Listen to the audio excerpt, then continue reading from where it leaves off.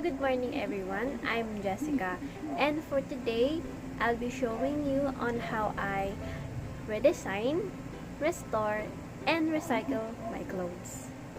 So this is a blouse which I haven't used for a very long time and wanted to give it a new look. So I will transform this blouse into a semi-crop top. So the first thing I did was to measure the exact length. I used a ruler and a tailor's chalk. So I used a very sharp scissor in cutting the fabric so that it won't get damaged. And for the next step is I measured a straight line at the center.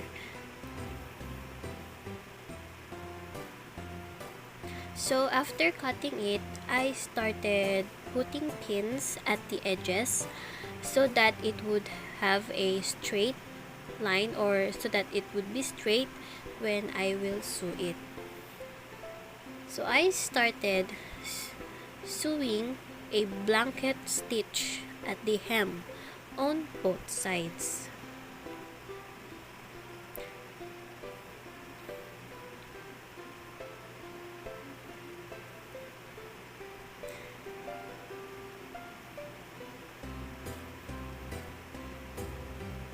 So after finishing the hem, I started sewing the buttons. I used 5 buttons in sewing this crop top. I mean semi-crop top.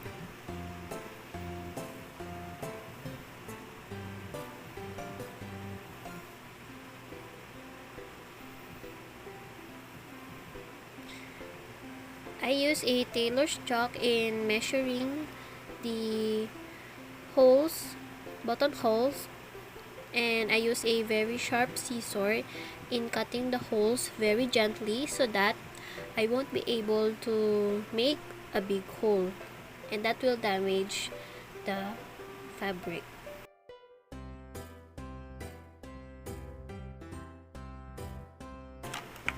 And it is done, and there you have it. I can wear this everywhere I go, and I can able to style in different ways. Next is this jeans. So I want to cut it shorter na parang pedal kumbaga, and also by giving it a new look. So I cut the length of my choice and draw this kind of line in both sides. So I start cutting fringes in both sides also.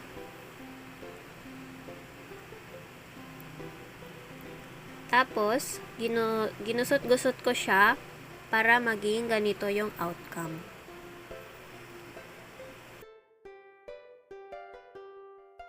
So I start sewing at the inside of the jeans by using the blanket stitch.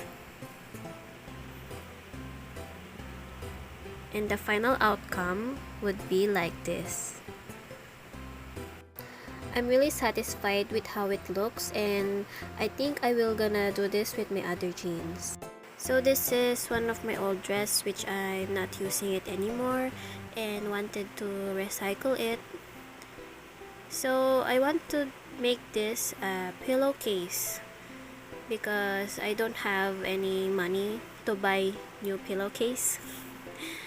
What I did is I cut it in half and put my pillow and started measuring the size of it. Afterwards, I start cutting it in half, and then I start cutting it by using a scissor at the other side. When I was already satisfied with the size of the fabric, I then started cutting at the 4 corners with a rectangular shape.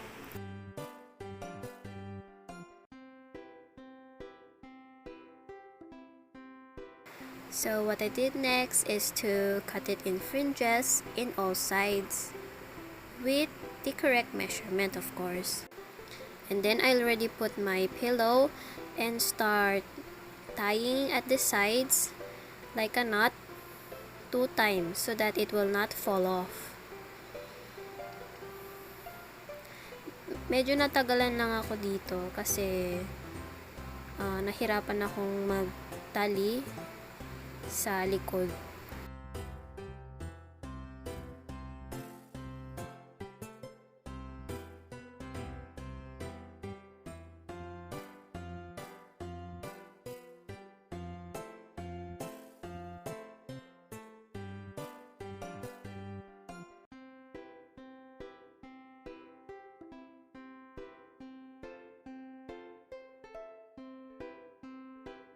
At dinouble check ko ulit kung talagang secured na ba siya sa pagkakatali ko upang hindi siya matanggal kapag nagamit ko na.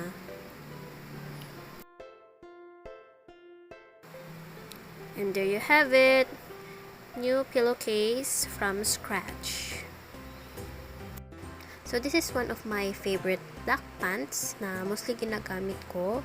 Pero nang dahil sa nag-discolor na siya, nag-fade yung pagka-jet black, hindi ko na siya ginagamit. So kung maari, ay i-restore ko ito sa dating kulay. So I use si dye or jobos kung tinatawag. So, nagpakulo ako ng mainit na tubig at nilagyan ng asin. Tapos, nilagay ko na agad sa container. At, pagkatapos nun ay nilagay ko yung powder. Tsaka, hinalo gamit ang stick. Pagkatapos ay nilagay ko kaagad yung aking pantalon. So, I let it dry for 12 hours or mas maganda kung overnight para mas kumapit yung kulay sa pantalon. So, ganito yung itsura niya before. Hindi ko pa na lalagyan ng dye. And this is how it turned out. So, mukhang hindi naman siya totally naging black. Pero, pansin nyo naman na natanggal na yung pagka-fade.